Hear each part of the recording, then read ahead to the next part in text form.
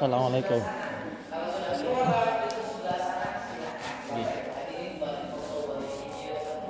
Monggo silakan. Allahu Akbar. Ini Bapak, ini yang ada di depan kita ada sebuah sorban atau imamah yang menurut sejarah diduga kuat ini merupakan salah satu imamah atau sorban peninggalan Imam Syafi'i rahimahullah. Salah satu imam mazhab kita yang orang Indonesia, Asia Tenggara, Yaman, Mesir, Sri Lanka, mayoritas taklid kepada mazhab Syafi'i dalam fikih sehari-hari, dalam fikih sholat, kemudian bab jual beli, muamalah atau bab pernikahan. Mayoritas di Indonesia taklid kepada mazhab Syafi'i, yang mana beliau merupakan salah satu keturunan Quraisy yang ciri-ciri dari beliau sudah disabdakan oleh baginda Nabi Sallallahu Alaihi Wasallam. Peninggalan ini didapatkan dari ahli waris sebelumnya yang berasal dari Yaman. Nah, yang ini ada sebuah batu yang didapatkan di sekitar tanah Mina oleh penduduk setempat. Diyakini diduga kuat merupakan salah satu batu yang dibawa oleh burung ababil yang diabadikan dalam Al-Fil, surat Al-Fil, tarmihim bi hijaratin sijil. Ini didapatkan dari ahli waris sebelumnya yang berasal dari Mekah. Yang ini batu untayan tasbih dari tulang onta.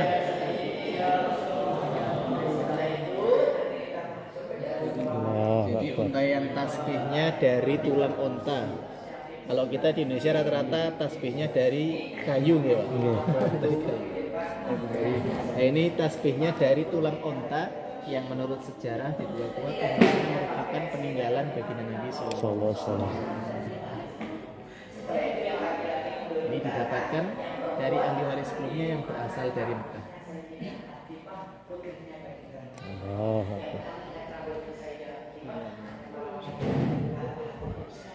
Nah, yang di sini ada sebuah batu yang didapatkan dari bagian dinding Ka'bah, tepatnya bagian pondasi Ka'bah. Kalau tanglet jenengan Ka'bah niku warnane nopo Pak? Hitam. Hitam. Hitam itu nama kain penutup Ka'bah, namanya kain kiswah. Nah, setiap tahun kain kiswah itu diganti oleh kerajaan Saudi setiap tanggal 9 Zulhijjah. Kalau kain kiswahnya kita buka, itu nampak bentuk bagian Ka'bah warnanya seperti ini. Bentuk batunya, batu batanya. Masya Allah. Nah, ini semenjak dibangun dalam sejarah Ka'bah ini beberapa kali mengalami perbaikan renovasi. Batu ini diambil semasa Ka'bah dalam perbaikan sekitar tahun 1415 Hijriah. Nah, letaknya pondasi Ka'bah yang ada di sini. Nah, ini bagian pondasi Ka'bah namanya. Nomor 4 ya. Nah, ini contoh kain kiswah yang ini. Tahun 1437 Hijriah atau sekitar tahun 2015 Masehi. Bertuliskan Alhamdulillahirabbil alamin. Yang ini bertuliskan surah Al-Ikhlas. Bismillahirrahmanirrahim. Qul huwallahu ahad, Allahus samad, lam yalid wa lam yulad wa lam yakul lahu kufuwan ahad. Sama 1437 Hijriah atau sekitar tahun 2015 Masehi. 2015. Nah, kain yang ini letaknya yang ada di sini. Allah. Mudah-mudahan Allah mudahkan kita semua. Amin, amin ya Allah, amin. Bisa di Amin. Hajar Aswad. Amin ya Allah. Kita ke sebelah sana.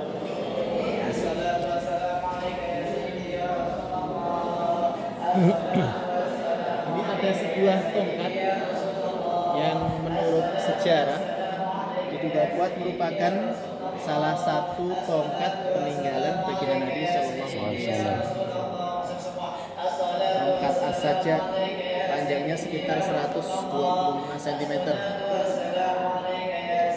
Terbuat dari kayu lus putih, kayu al-ayusiyah. Ini atsar yang didapatkan dari ahli waris sebelumnya yang berasal dari Madinah. Kalau ini sebuah kendi wadah air susu. Jadi Ini sebuah wadah yang menurut sejarah dari hasil penelitian diduga kuat salah satu tempat yang digunakan oleh baginda Nabi sebagai tempat wadah air susu. Maka waktu itu ada seorang ulama datang, beliau sampaikan, kita kalau minum air susu diniatkan derek ngamalnya sunai kanjeng Nabi. Ketika minum susu, ya Allah saya niat minum air susu sebagaimana kanjeng Nabi pun pernah minum air susu. Maka insya Allah ada nilai pahalanya. Allah. Ittiba'us sunnah. Ikut apa yang diamalkan oleh baginda Nabi SAW. Yang kemudian kendi ini dihadiahkan kepada putri beliau Sayyidah Fatimah radhiyallahu taala. Ini juga atsar atau peninggalan yang didapatkan dari ahli waris sebelumnya yang berasal dari Madinah. Insyaallah. Yang ini kendi wadah air Zam-Zam. Jadi sebuah tempat atau teko yang menurut sejarah digunakan oleh baginda Nabi SAW sebagai tempat wadah air Zam-Zam. Kalau zaman sekarang mungkin semacam jenengan punya teko di rumah, tempat-tempat khusus atau cangkir khusus atau gelas khusus kan seperti itu. Atau bahkan di zaman mbah-mbah kita masih pakai teko ya, Pak. Zaman saya kecil itu masih kalau minum itu pakai kendi. Ya, semacam kendi seperti itu. Mungkin zaman jenengan lebih anu lagi. Tupperware apa namanya? Nah, yang ini sebuah tempat wadah obat. Nah, sebuah tempat yang menurut sejarah dari hasil penelitian diduga kuat ini salah satu tempat yang digunakan untuk sebagai wadah obat-obatan. Kalau di rumah kita mungkin zaman sekarang gambarnya seperti semacam kotak P3K. Nah, kalau Indonesia kotak P3K, kalau Malaysia kotak kecemasan. Jadi biasanya pun pasti di rumah kita ada. Nah, namun karena tidak diniatkan diikutkan sunnahnya kanjeng Nabi, ya hanya sekedar untuk ini saja persiapan. Tapi kalau diniatkan diikutkan sunnahnya kanjeng Nabi, maka insya Allah ada nilai pahalanya. Nah, karena dalam keterangan riwayat kita pun ada dalam kitab Buyutun Nabi wa Hujratuh yang menerangkan keadaan kamarnya kanjeng Nabi, rumahnya kanjeng Nabi. Ada benda-benda yang terdapat di dalam kamar beliau. Ada tongkat, ada kendi wadah air susu, kendi air Zam-Zam, ada wadah obat, ada busur panah dan sebagainya. Ada sebuah cermin, ada sebuah celak mata, ada sisir. Nah, ini sebenarnya sebagaimana kita di rumah ada. Tapi karena tidak diniatkan ikut bagian dari mengamalkan sunnahnya kanjeng Nabi, maka tidak ada nilainya. Nah, tapi kalau kita diniatkan diikutkan bagian dari mengamalkan sunnahnya kanjeng Nabi, maka insya Allah ada nilai di sisi Allah. Nah, ini busur dan panah yang dalam sejarah kita buat merupakan salah satu busur peninggalan baginda Nabi SAW yang kemudian pernah dipakai oleh sahabat Sayyidina Amr bin As radhiyallahu anhu. Jadi menurut sejarah ini semacam busur panah komando dari satu pasukan pemanah. Namanya satu peperangan pasti ada pasukan khusus. Kalau zaman sekarang mungkin ada Kopassus, ada TNI AD, TNI AU kan punya posnya masing-masing. Lalu itu pun dalam peperangan ada satu pasukan khusus, pasukan berkuda, pasukan pemanah dalam strategi perang. Nah, ini semacam busur panah komando dari satu pasukan pemanah. Panjangnya sekitar 1,5 meter.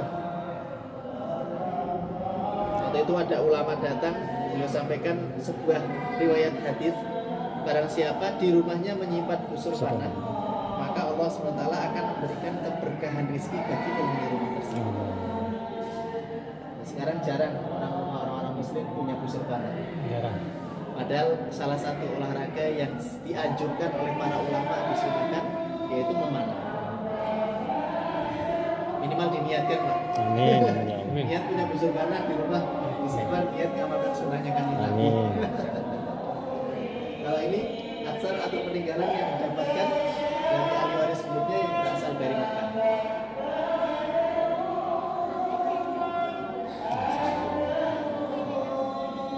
Dan sebelah sini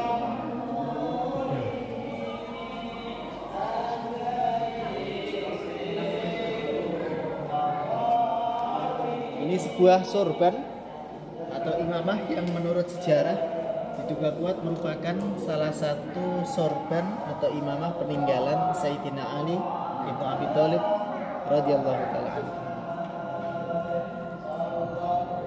Salah seorang khulafaur rasyidin, sahabatnya Kanjeng Nabi, yang juga menantu baginda Nabi sallallahu alaihi wasallam. Kalau ini atsar atau peninggalan yang didapatkan dari ahli waris sebelumnya yang berasal dari Syria, daerah Syam. Nah ini pedang Nabil.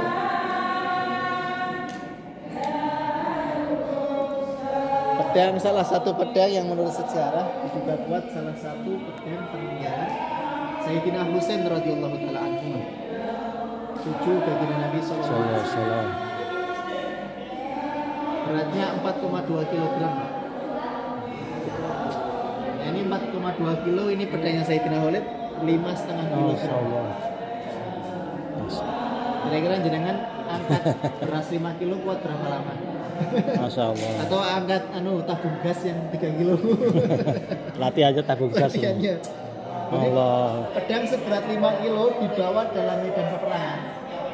Perangnya nggak 1 jam atau 2 jam, Berhari-hari. nggak sehari atau 2 hari, nggak seminggu atau 2 minggu. Allah. Perang dalam riwayat berlangsung 2 sampai 3 bulan. Allah.